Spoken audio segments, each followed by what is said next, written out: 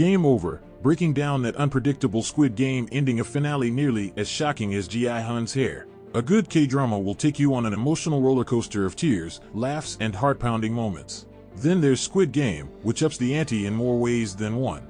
Watching the nerve-wracking, gory show can sometimes be its own challenge. Nonetheless, millions of people have risen to the occasion, relishing the award-winning first season's tale of betrayal, greed, and the pitfalls of capitalism. Exactly 456 cash-strapped contestants sign up for the chance to win enough money to turn their lives around. They're taken to a mysterious facility where they compete in a series of childhood games, but these aren't exactly like the ones from your schoolyard days.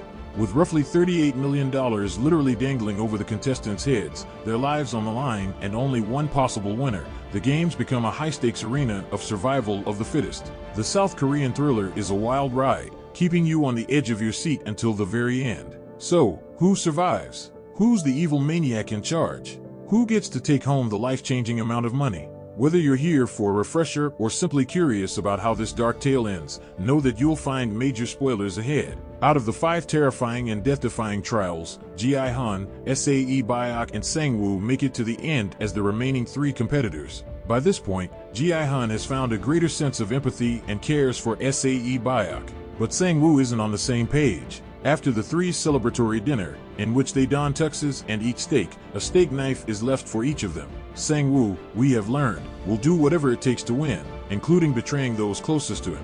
When the lights go off in the dormitories, he stabs Sae Byok, who's already suffering from injuries from the glass bridge game, and she dies. This leaves the childhood friends to face off in the eponymous final game, Squid Game, a game of chicken where players try to hop over into the opponent's home base within a squid-like diagram.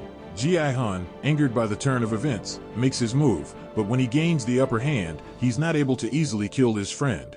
Instead, he decides to forfeit, giving up the winnings as long as he and Sang-woo can walk away. Sang-woo, who came this far, sacrificing his sense of decency and humanity in order to win, plunges the knife into his own neck, doing the deed for Ji-hun. His dying wish is for Ji-hun to take care of his mother, and, unwillingly, Ji-hun becomes the winner of the games, though his triumph is hollow. During the ride back to the real world, the front man, who's in charge of the games, informs Ji-hun that the games are a form of entertainment, just like the horses on which Ji-hun used to bet. Earlier, we find out that the front man is Detective Hwang's missing brother, who was the 28th winner of the games. Hwang, who had infiltrated the games to find his brother, escapes to a nearby island to alert the authorities of this murderous operation. The front man reveals his true identity to his brother in their face-off, but, remaining loyal to the game, shoots Hwang. Stunned, the detective stumbles backward and falls off a cliff, but whether he is dead or alive remains a mystery. Despite his winnings, Ji-hun has lost too much, and he comes home to find that his mother has died.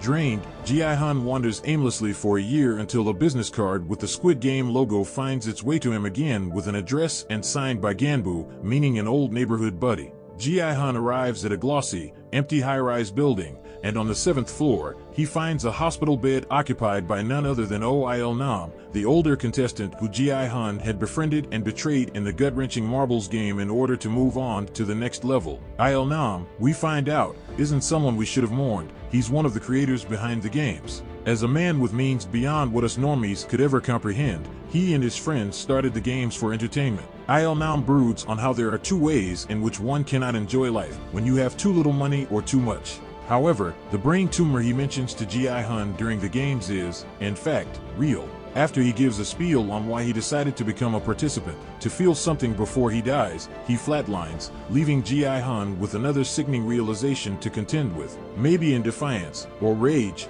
Ji-hun then does what one usually does after something intensely triggering or heartbreaking happens. He drastically changes his hair, a cut and dye job of shocking bright anime red. Ji-hun decides to continue on and takes care of Sae Byok and Sang-woo's other requests. He finds Sae Byok's brother, leaves him in the care of Sang-woo's mother, and gives her half his winnings. While the games were taking place, his daughter, his ex-wife, and her new husband emigrated to the States. His relationship with his daughter was strained at best due to his debts, but perhaps with his new millions, things can change. On the phone with his daughter, he lets her know he's heading to the airport to see her. But as he's about to hop on the subway train, he hears the familiar sound of tack, the sound of a dakji hitting the cold floor of the station.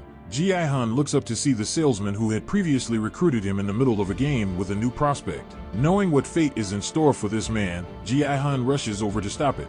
The salesman coolly leaves and waves goodbye from a departing train, but he's given the card to the prospect, which Ji-hun yanks away, yelling at him to never call. Ji-hun makes it to the airport, staring at the life-altering card in his hands. Just before boarding the plane, he makes a call to hear a voice once again prompting for his name and birthday. Angrily, Ji-hun bites back at the agent that he's not a racehorse and that he's angry about the cruel games. Always alert, with his eyes and ears on the game, the front man intercepts the call and advises him to catch his flight. Well, Ji-hun's had enough of listening to the front man and he doesn't get on the plane. He turns back. One thing's for certain, for Ji-hun, the game isn't over. And that concludes my video on the ending of Squid Game Season 1. I hope it provided some insight and analysis into the movie's conclusion. If you have any questions or comments, feel free to leave them down below. And if you want to see more movie and series explanations and analysis, make sure to subscribe to my channel and turn on notifications. Thanks for watching, and I'll catch you in the next one. Thanks for watching, and I'll catch